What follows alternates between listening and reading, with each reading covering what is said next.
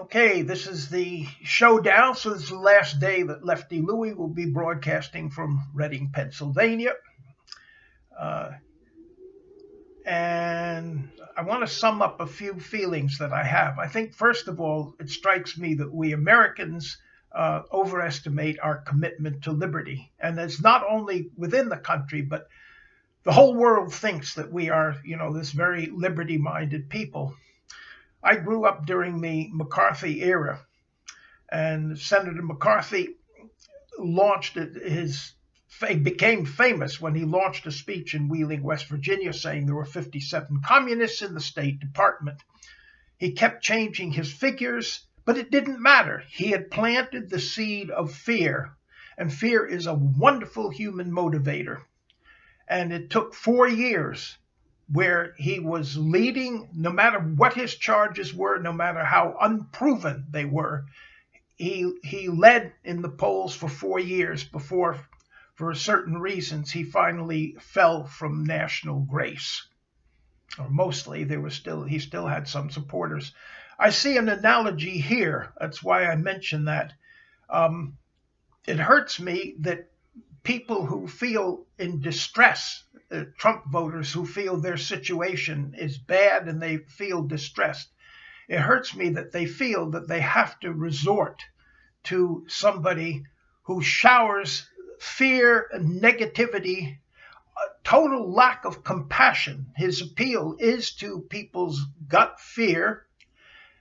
And what bothers me is not only his insults. I think that it was a conservative former Mexican president, Vicente Fox, who said the biggest shithole in the world is your mouth.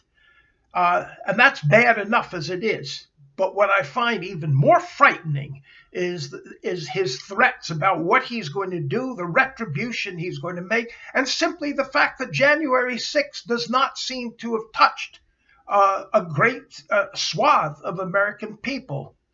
And I fear very much what is happening. I'm not totally pessimistic about the possible results tonight, but I think it goes back to the fact that, babies and little children first demonstrate what they don't like before what they do like.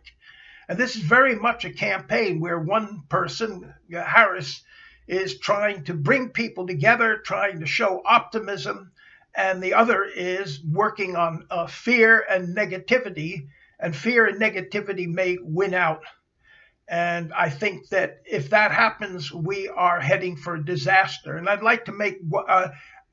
would like to say also that it's not only people in distress who are supporting Trump. The worst enablers of all are those who are not in distress and who know what he stands for. But they say, they support his policies, whatever those are.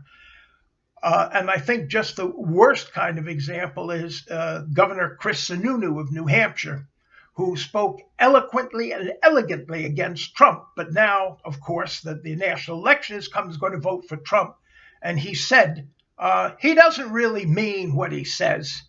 Mr. Sununu, if he wins, I guarantee you, he's not only going to wipe off the smiles of many of the rest of us, he's going to wipe off the smiles of your stupid smile and your stupid sense of false security. So all I can say is I'm going to say goodbye and hope to continue with you on my return home. And I've got to go out canvassing now, crossing fingers and saying an agnostic's prayer and hoping for the best and trying to brace for the worst.